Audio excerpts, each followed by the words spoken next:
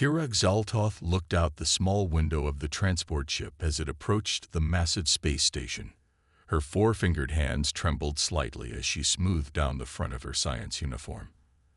The research station, Horizon, floated in the darkness of space, a marvel of joint human-alien engineering. Rings of light circled its central hub, making it look like a jewel against the black canvas of stars. This was her first assignment away from her homeworld of Viridia. At only 22 cycles old, Kira was considered young for such an important position. Most Viridians spent decades studying before they were allowed off-planet. "First time meeting humans?" asked the transport pilot, noticing her nervous fidgeting. "Is it that obvious?" Kira's skin flushed a deeper shade of blue. The delicate patterns along her neck and temples glowed faintly, another sign of her anxiety. "You'll be fine. They're loud and they smell funny, but most of them are decent enough." The ship docked with a gentle bump. Kira gathered her few belongings and made her way to the airlock. She had studied human behavior extensively, but reading about them and actually working alongside them were two very different things. The airlock hissed open. A tall human woman with dark hair pulled back in a tight bun waited on the other side. Her uniform wore the insignia of a high-ranking officer. "Kira Xaltoth. I'm Commander Lizen Nguyen, Station Operations Director. Welcome to Horizon." The commander extended her hand. Kira remembered her training and carefully shook it, mindful not to squeeze too hard with her stronger Viridian muscles. "Thank you for the opportunity, Commander. Your credentials are impressive. Top of your xenobiology class, expertise in comparative physiology. You'll be working directly with Dr. Alan Carter in Lab Sector 7. They walked through the bustling main corridor. Humans moved with purpose, their steps quick and determined. Kira noticed how they took up space, their voices carrying. Viridians were naturally quiet, preferring peaceful contemplation to the constant motion humans seemed to thrive on. "Dr. Carter is brilliant, but he can be intense," Commander Nguyen explained as they entered a lift. "He's working on some classified research for the military division. You've been cleared to assist, but remember the confidentiality agreements you signed." "Of course, Commander." The lift stopped at level 12. Lab Sector 7 is at the end of this hallway. "Dr. Carter is expecting you." Kira nodded, trying to project confidence she didn't feel. As the commander left, Kira took a deep breath and made her way down the corridor. The lab door slid open automatically. Inside, a human man with salt and pepper hair bent over a microscope. Without looking up, he spoke. "You must be the Viridian assistant. Set your things down and come take a look at this." Kira placed her bag in a corner and approached cautiously. "Dr. Carter, I'm Kira Xaltoth." He finally looked up, his eyes sharp and analytical. "Your species has remarkable cellular regeneration capabilities. I'm curious how your cells would respond to certain stimuli." He gestured to the microscope. Kira looked through the lens. A sample of what appeared to be Viridian tissue was reacting to some kind of solution. "What am I looking at?" she asked. "The future of military medicine, potentially." Dr. Carter's voice softened slightly. "Sorry, I should say welcome first. I've been working 16 hours straight and forgot my manners." "It's all right. What kind of medicine?" "Enhancement serums. The human body has limitations we're trying to overcome. Your species might help us understand new approaches." Kira noticed several sealed containers on a nearby table. The labels were marked with military codes she didn't recognize. The commander mentioned this was classified work. Dr. Carter nodded. "Very. The diplomatic exchange program insisted we include alien scientists, and your credentials were exceptional." He studied her with curious eyes. "Have you ever seen combat, Kira?"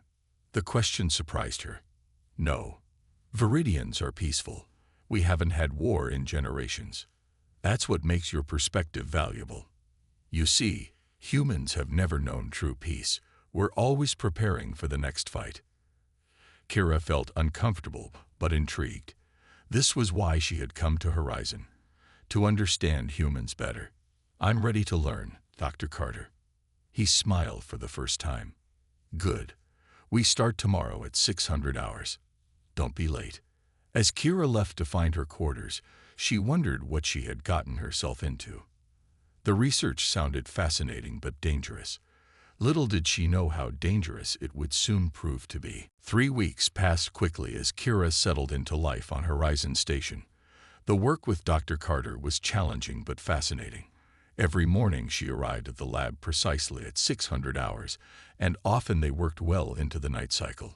Tonight was no different.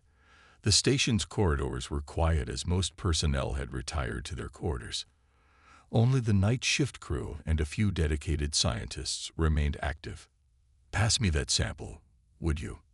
Dr. Carter pointed to a rack of small vials containing a pale blue liquid. Kira carefully lifted one and handed it to him. What exactly does this serum do, Dr. Carter? He held the vial up to the light, studying it. In simple terms, it rewires human neural pathways to enhance survival responses. Soldiers who take this could react faster, think clearer under pressure, and push beyond normal physical limitations. That sounds dangerous, Kira said. It is. That's why we're being so careful. He placed the vial in a testing apparatus. The military wants soldiers who can adapt instantly to battlefield conditions, but previous attempts caused severe psychological side effects. Aggression, paranoia, loss of empathy. Kira's patterns glowed with concern, and they still want to use it. War is ugly, Kira. Sometimes survival means making hard choices. He typed commands into his console. Your species is fortunate to have evolved past such concerns. A sudden alarm blared through the station. The lights flickered, and the floor beneath them shuddered. What's happening? Kira asked, gripping the lab table for support. Dr. Carter checked his communication device. Engine testing in Sector 12. They're pushing the new thrusters too hard again. He sighed. It should pass in a minute. The station shook more violently. Kira lost her balance as the floor lurched sideways. She stumbled and bumped into the sample rack. To her horror, several vials tumbled off the table. No. She lunged forward, managing to catch two, but the third smashed against the floor, splattering its contents. The shaking stopped as suddenly as it had begun. Dr. Carter rushed over. Are you all right? He asked, helping her up. I'm so sorry. Kira stared at the broken glass and spilled liquid. Her heart raced with panic. I didn't mean to. It's not your fault. These things happen. Dr. Carter grabbed a containment kit from a nearby cabinet. Stand back. We need to clean this properly. The serum isn't stable when exposed to air. Kira watched nervously as he neutralized the spill with a special solution. Will you get in trouble? It's just one sample. We have more. He finished the cleanup procedure and disposed of the materials in a hazardous waste container. Let's call it a night.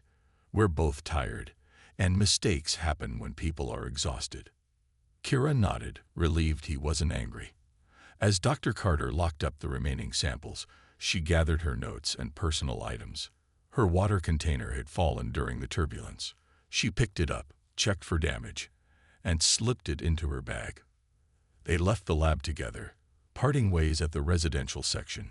600 tomorrow, Dr. Carter reminded her with a tired smile.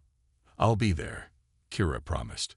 In her small quarters, Kira was too wound up to sleep.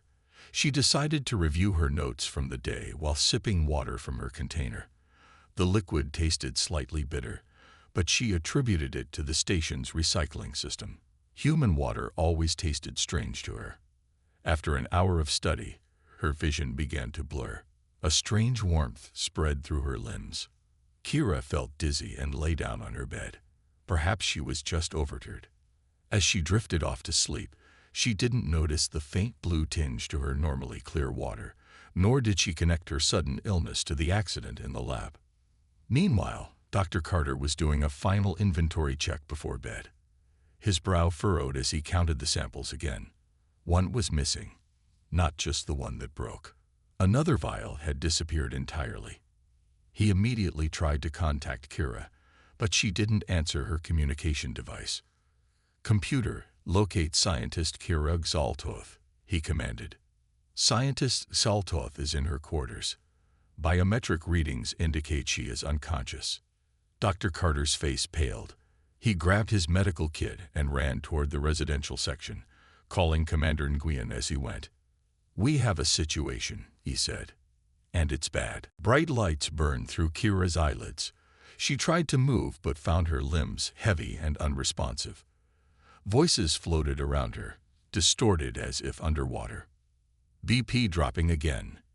Increase the stabilizer. Her system is fighting the compounds." Pain shot through her body. Kira's back arched as fire seemed to spread through her veins. She heard someone screaming and realized it was her own voice. "Hold her down," a human voice shouted. "She'll hurt herself." Hands pressed against her shoulders. Kira's eyes snapped open. The world looked strange. Colors too bright, edges too sharp.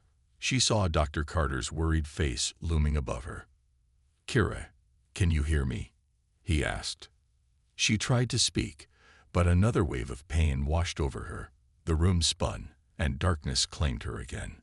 For 3 days, Kira drifted between consciousness and fevered dreams. Sometimes she thought she was back on Viridia, swooning in the crystal lakes of her homeworld.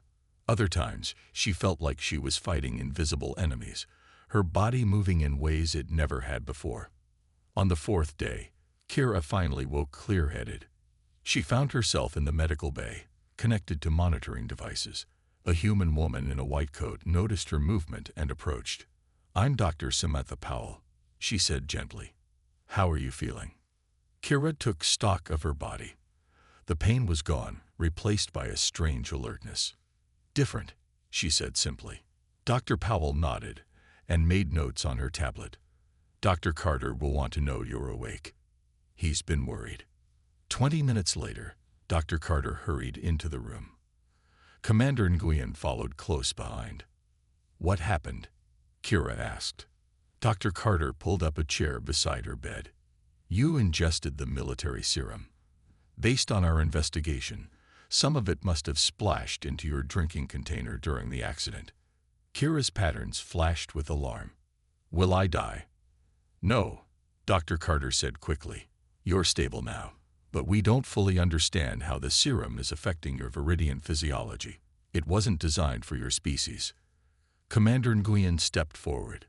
"The station council has been informed. Your government has sent a medical representative who will arrive tomorrow." "I'm sorry," Kira said. "It was an accident." "We know," Dr. Carter assured her. "No one is blaming you." Dr. Powell returned with a scanning device. "Let's run a few tests now that you're conscious." As they conducted their examination, Kira became aware of subtle changes in her body. She could hear conversations from across the room with perfect clarity. The beeping of medical devices seemed unnaturally loud. When Dr. Powell accidentally dropped a stylus, Kira caught it midair without thinking, her hand moving faster than it ever had before. Everyone stared at her. "That's new," Kira said, looking at her hand in wonder. Dr. Carter frowned. "Enhanced reflexes. It's one of the serum's effects in humans." "I feel different inside too," Kira admitted. "There's a kind of energy, like I need to move, to do something."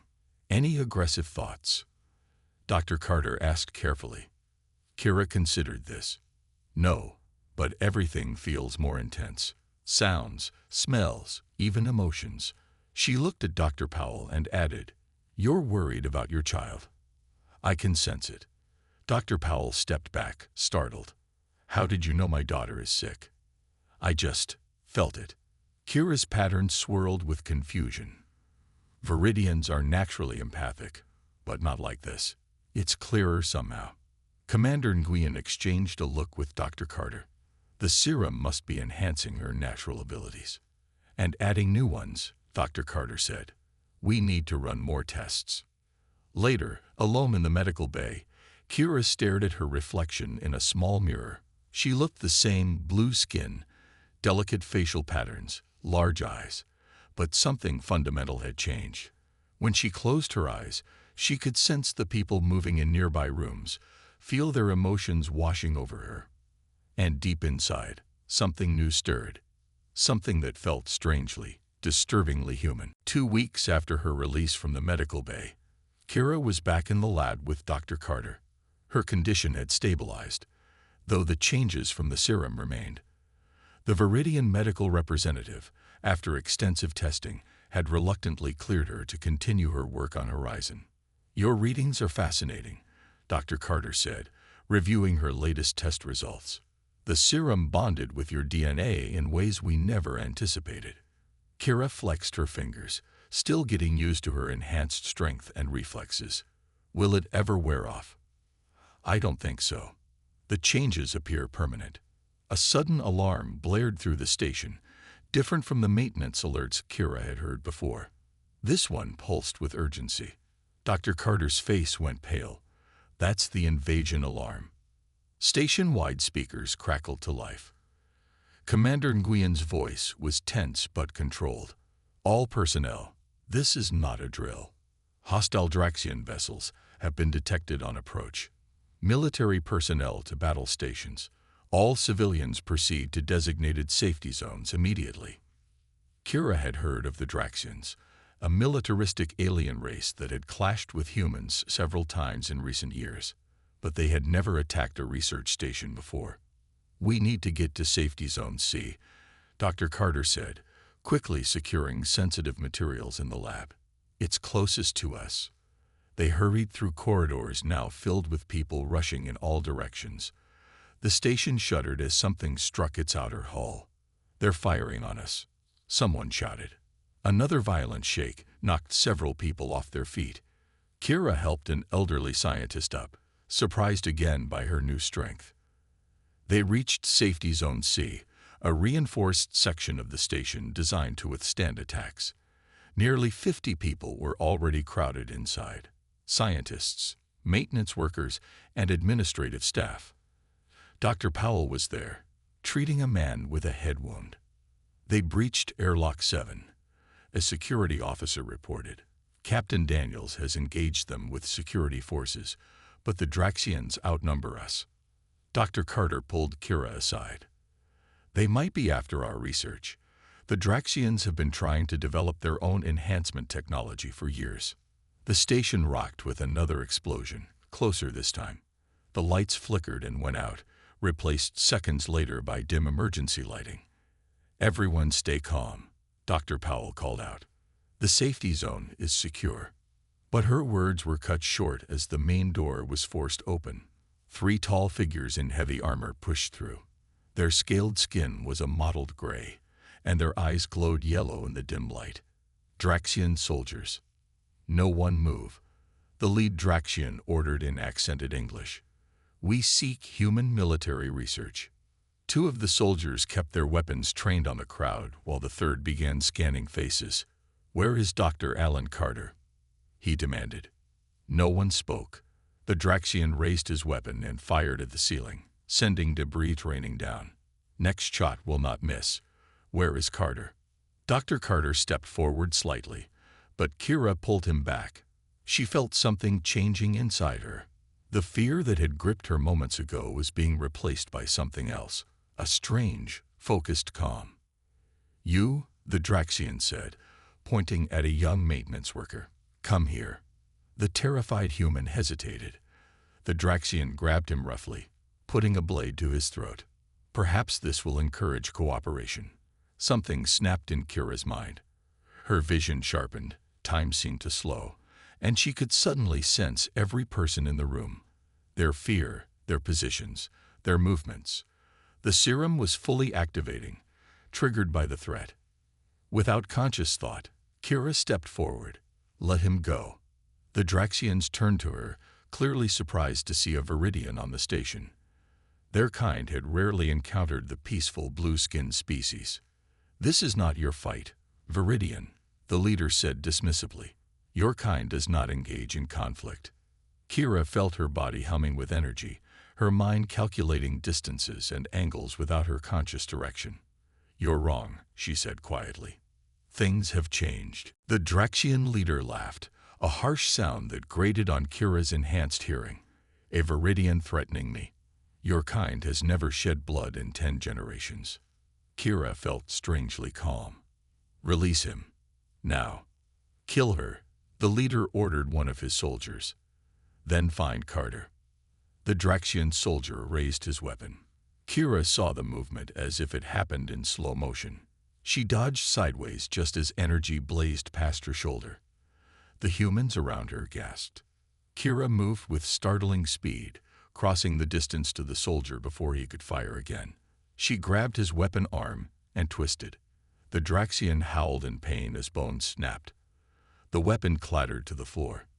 The second soldier fired. Kira sensed it coming through her enhanced awareness.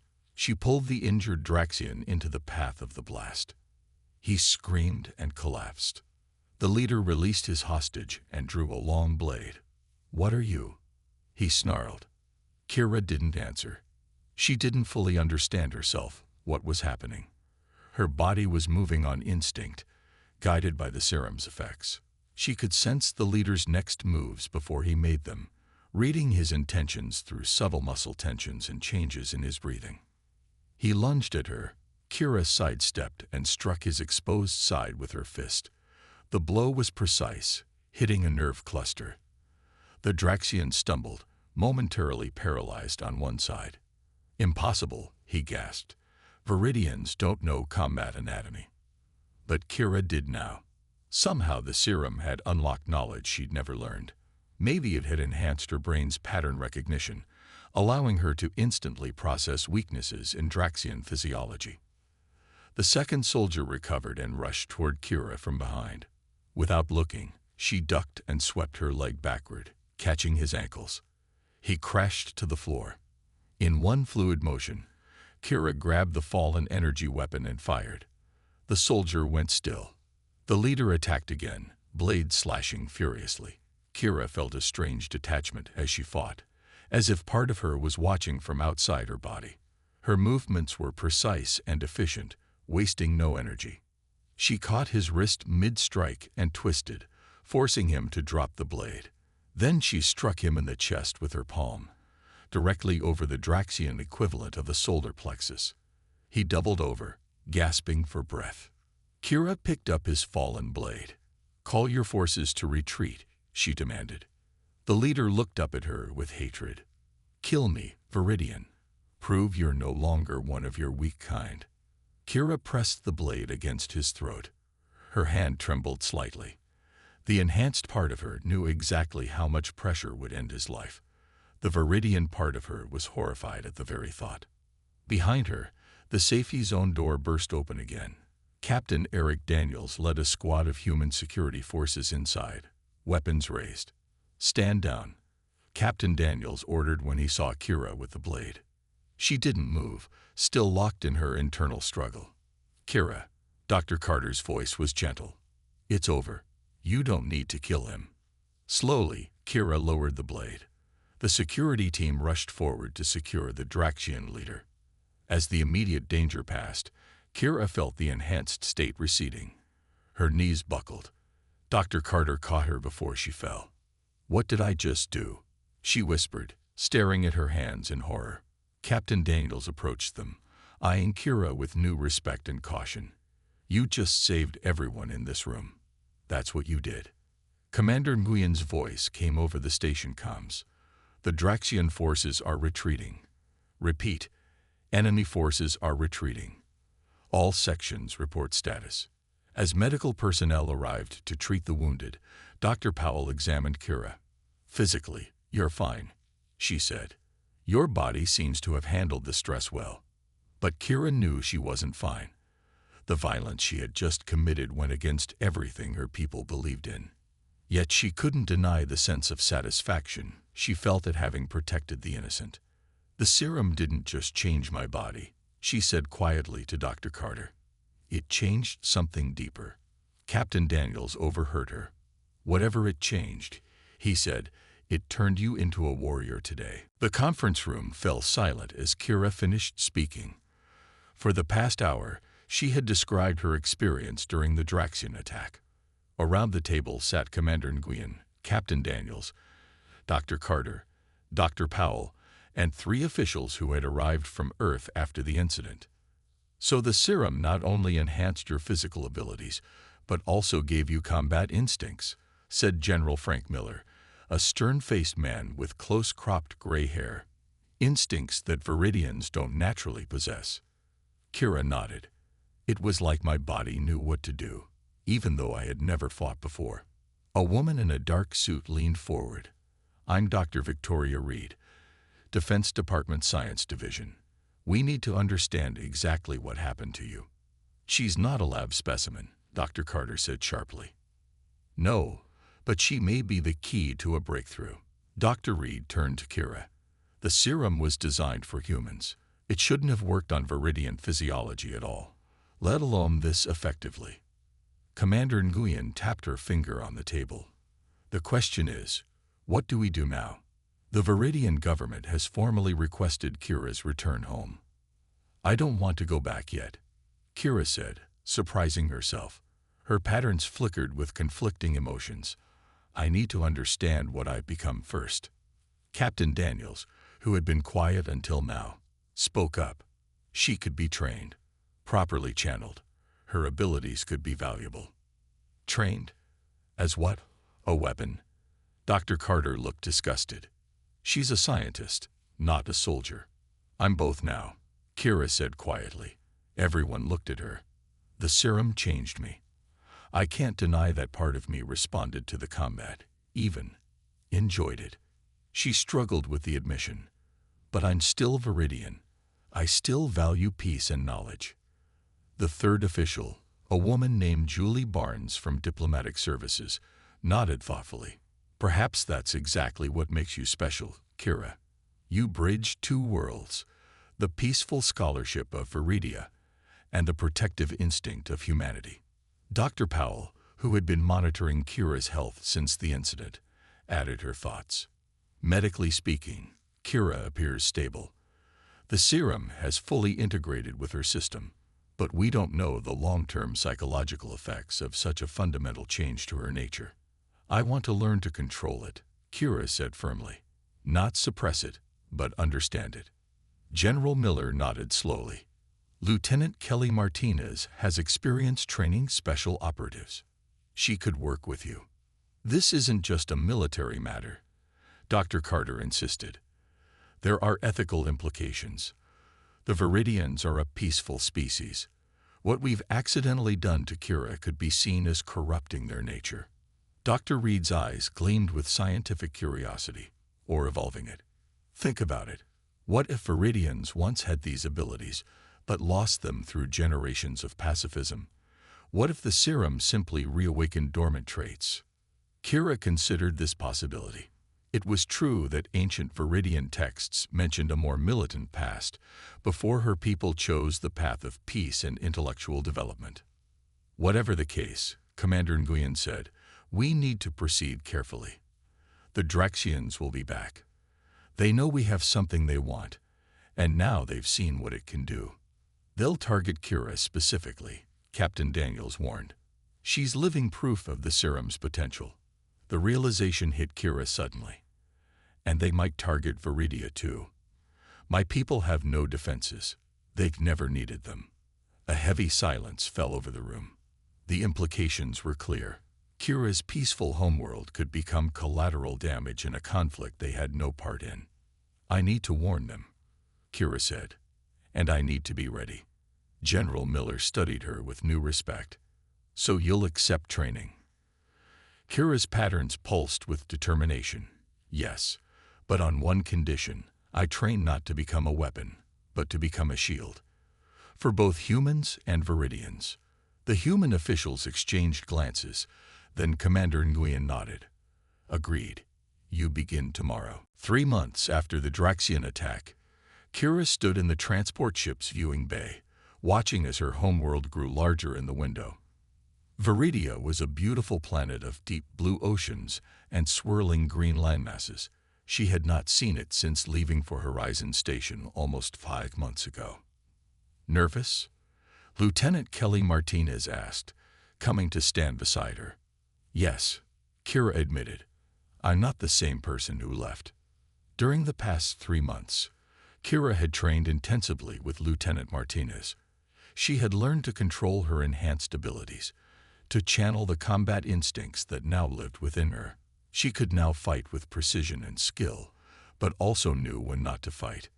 Dr. Carter joined them at the window. Remember, we're here on a diplomatic mission. The Viridian Council has agreed to meet with us only because you are with us. The shuttle carrying Kira, Dr. Carter, Lieutenant Martinez, and Commander Nguyen landed at the main spaceport of Viridia's capital city. A small group of Viridian officials waited for them. At their center stood Elder Moran, head of the Science Council, and Kira's former mentor. "Welcome back, Kira Xaltoth," Elder Moran said formally. His patterns flickered with concern as he studied her. "You appear changed." "I am changed, Elder," Kira replied honestly, "but I am still Viridian." The greeting party led them to the council hall, a graceful building of curved glass and living plants. Inside, the full Viridian Council waited, 12 elders representing different aspects of Viridian society. "We have heard disturbing reports," said Elder Lana of the Peace Ministry. "It is said you engaged in violence against the Draxians, that you injured them deliberately." Kira stood tall before the council. "I did. They threatened innocent lives. I stopped them." Murmurs of shock rippled through the chamber. Viridians had not engaged in combat for generations. The very concept was alien to most of them. "The human military enhancement serum has corrupted you," said another elder. "This is why we have always been cautious about interspecies cooperation." Commander Nguyen stepped forward. With respect, the serum did change Kira, but it also revealed something important. The Draxians do not share your commitment to peace. They attacked our research station.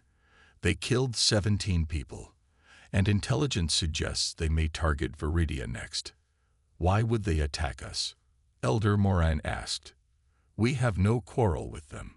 "Because they want what Kira has become," Dr. Carter explained.